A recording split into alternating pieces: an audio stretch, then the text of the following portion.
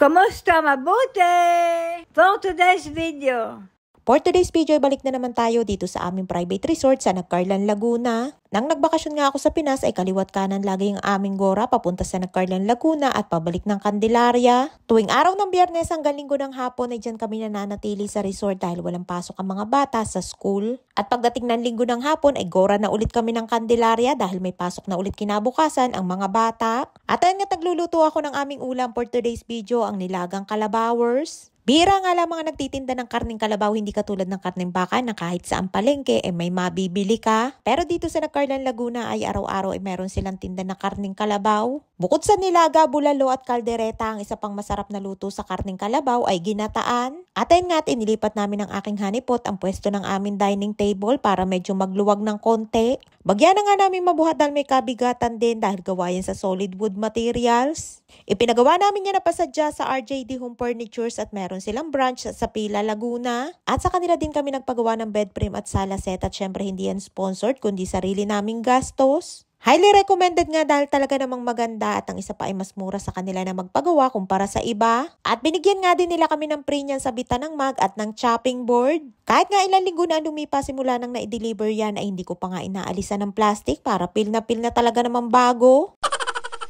Eto nga at luto na ang ating nilaga at may pahabol pa nga na celery na ipinalagay ng aking honeypot. Kapag andyan nga kami sa resort ay siya ang namamalengke at ako naman ang tagaluto.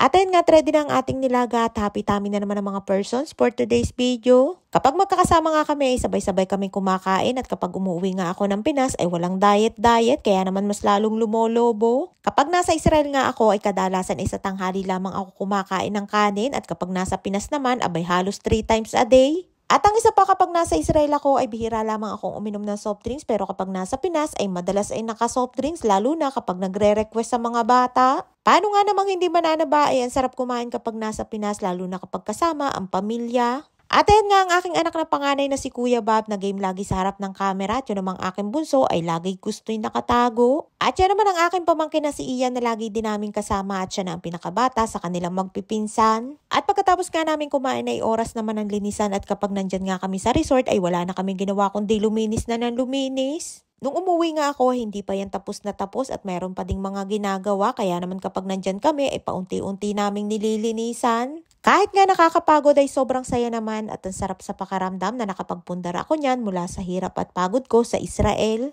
Panay nga ang flex ko niyan hindi naman para sa ipagmayabang kundi para makapagbigay inspirasyon din sa iba lalo na sa mga katulad ko na OFW. Patuloy nga lamang tayong mangarap at kahit gaano pa nga kahirap ang buhay ay huwag tayong susuko. Sabi nga ay habang may buhay may pag-asa. Sipagan lang natin araw-araw at darating yung araw na lahat ng ating hirap at pagod ay magkakaroon din ng magandang bunga. Para sa akin ay mas masarap lasapin ng tagumpay kapag pinaghihirapan. Kaya naman ayan at hirap at pagod na ako sa kalilinis. Kayod lang tayo ng kayod hanggang sa magmukha tayong kayudan at huwag tayong titigil hanggat hindi tayo nababalda. At kalilinis ko nga sa bahay na yan ay nasampulan na ako at nagsemplang ako sa hagdan ay talaga namang biyot ang person at hindi nakatayo. Kaya naman kinabukasan noon ay daig ko pa ang natadyakan sa sakit ng aking balakang.